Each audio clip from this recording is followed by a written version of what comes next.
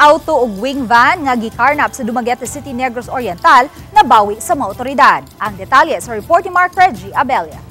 Nagpapatulong po dahil matod sa OIC sa Negros Oriental Highway Patrol Team nga nagpatabang sa ahensya ang tag-iya sa duha ka mga sakyanan. Human sa ilang monitoring, nagmalampuson sila na recover og nabawi ang wing van sa pantalan sa Dumaguete City. Napuno kini og igdi-deliver nga uling nga ginama gikan sa Bagol. Base sa impormasyon nga gihatag sa tag-iya nga gikan sa Mindanao, Disyembre pa sa miaging tuig nga wala giuli sa driver ang wing van. Karong buwana, iyang nasayran nga gigamit na ang truck sa pagdala sa laing commodities sa laing lugar sa nasod. Yung suspect po ay at large, pinarelease lang po, pero may kaso po siya haharapin doon na po sa General Santos City as per advice na rin po ng counsel ng ating complainant.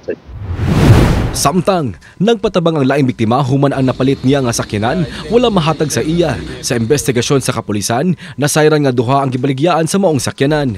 Ang nagpatabang ang unang nabaligyaan, human ang certificate of registration lang sa sakyanan ang gihatag sa iya.